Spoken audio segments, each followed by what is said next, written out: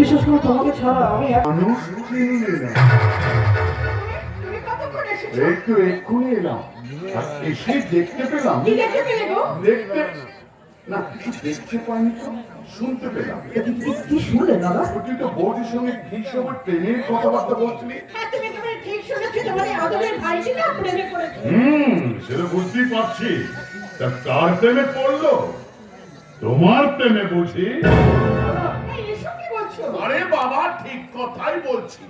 বৌদিদের সঙ্গে দেওরদের প্রেম এ হচ্ছে চিরকালীন, চিরন্তন।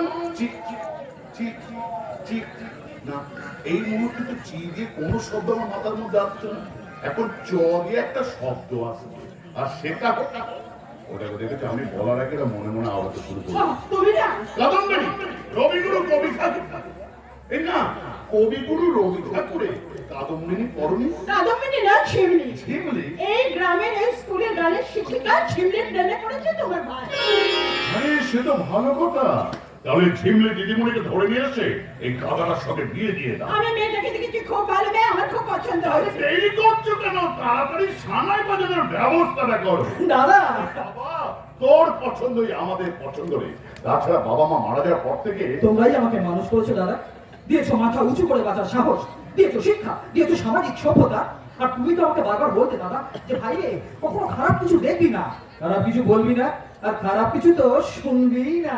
ঝিমলি বাইরে থেকে গ্রামের লোককে একত্রিত করে আমার পিছনে বাঁধ দেওয়ার চেষ্টা করছে।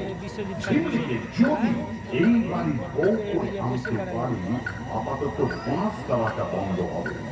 এটাই হচ্ছে সুবর্ণ সুযোগ। কি ভাবছো দাদা? বাঁশের কথা এই না, বাঁশের কথা নয়, এই ঝিমলির বাবা মায়ের কথা। ওদের সঙ্গে কথা বলতে হবে নাকি? আমি ওই কথাই ভাবছিলাম গো। ওর মুখেই শুনেছি যে ওর মা অনেকদিন আগেই মারা যায়, আর বছর পাঁচেক হলো ওর বাবা খুন হয়। খুন হয়? হ্যাঁ দাদা, ওর বাবা ছিল পুলিশের মস্ত বড় অফিসার। ওই কয়লা কেলেঙ্কারি কাণ্ডে কি সব যেন জানতে পেরে গিয়েছিল, আর তার জন্যই তো আততায়ীরা ওর বাবাকে খুন করে। বলছো বাবার নাম টাম তুই কিছু জানিস নাকি? জানি দাদা, ওর বাবার নাম সত্যনারায়ণ চৌধুরী। ও বাস, তুমি ছাড়ে কেন? সোজা আমার এইখানে চলে সর্বনাশ করেছে ওই এসপি সত্যনারায়ণ চৌধুরীকে। তো আমি নিজের হাতে খুন করেছিলাম। এই কথাটা ঝিমলি যদি জানতে পারে, তাহলে তো সর্বনাশের মাথায় বাড়ি। আর কি ভাবছো গো? ওই বাসের কথা এই না, মানে বাস ডেকোরেটর ক্যাটারিং সব কথা বলতে হবে নাকি? হ্যাঁ হ্যাঁ, তুমি ঠিকই বলেছো। আমি আজই পুরোহিতকে খবর পাঠাচ্ছি। তাই পাঠাও। আমি ও মামা, একটু সানাইটা মিষ্টি করে বাজাও দেখি।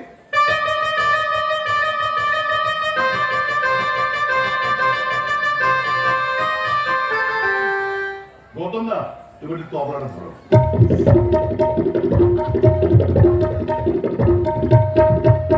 বিবেক, সাসপেন্স।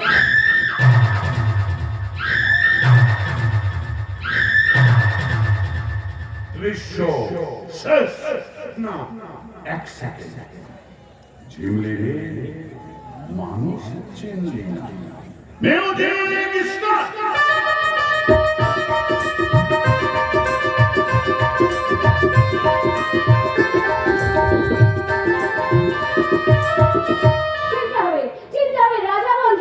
ধস নেমে মারা গেল 40 জন শ্রমিক।